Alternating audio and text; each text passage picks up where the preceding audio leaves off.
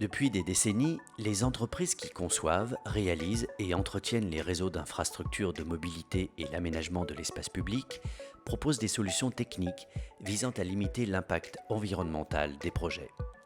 Ces solutions s'articulent autour de 6 axes majeurs. La conception, les matériaux, les procédés industriels, les procédés de R&D, le matériel, la maintenance, l'adaptabilité. Tout projet de construction, d'entretien ou de modernisation d'une infrastructure de mobilité ou d'un aménagement de l'espace public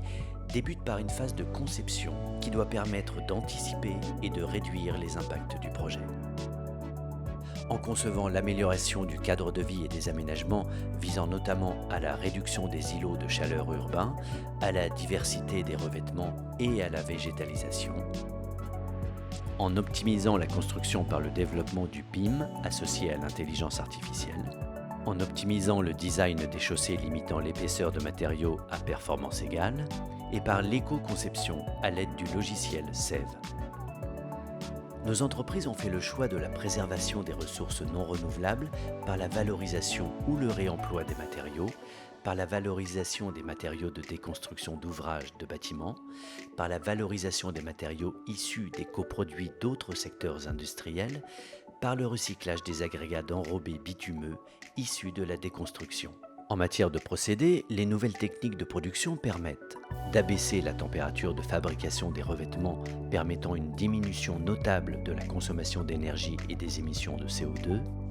de retraiter en place les infrastructures de mobilité avec un apport minimum de matériaux extérieurs et de substituer une partie du liant bitumeux des enrobés par un liant d'origine végétale, de réduire l'artificialisation des sols par des revêtements perméables, d'utiliser le revêtement l'été comme capteur et stockage de l'énergie thermique solaire et la stocker afin de l'utiliser l'hiver pour chauffer les bâtiments ou piscines municipales ou déverglacer les voiries, déneiger les parkings ou les pistes d'aéroports. D'équiper de panneaux photovoltaïques les revêtements de surface circulés ou non, permettant de garantir l'autonomie énergétique des équipements à proximité de l'infrastructure, d'appliquer des revêtements clairs pour lutter contre les îlots de chaleur, d'associer un revêtement clair avec un éclairage à LED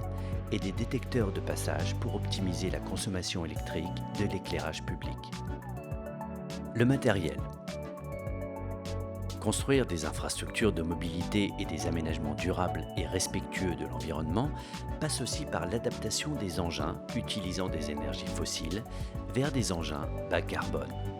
et par l'optimisation de la gestion des engins de transport et de construction par l'intégration de la géolocalisation associée à l'intelligence artificielle. La maintenance. L'exploitation et la maintenance des infrastructures de mobilité et des aménagements doit être optimisée grâce à des campagnes d'auscultation qui permettent la programmation au bon moment, au bon endroit, avec la bonne technique, et ce, éventuellement par le biais d'un marché global de performance. L'adaptabilité. Les réseaux d'infrastructures de mobilité et des aménagements doivent être adaptés aux nouveaux usages, aux besoins de sécurité, de cadres de vie apaisés et d'espaces de services multimodaux. Aux côtés des élus et acteurs des territoires, les entreprises ont toujours su adapter leur organisation et leurs techniques pour que les réseaux d'infrastructures de mobilité et les aménagements de l'espace public urbain soient durables, adaptés et modernisés, et respectueux de l'environnement.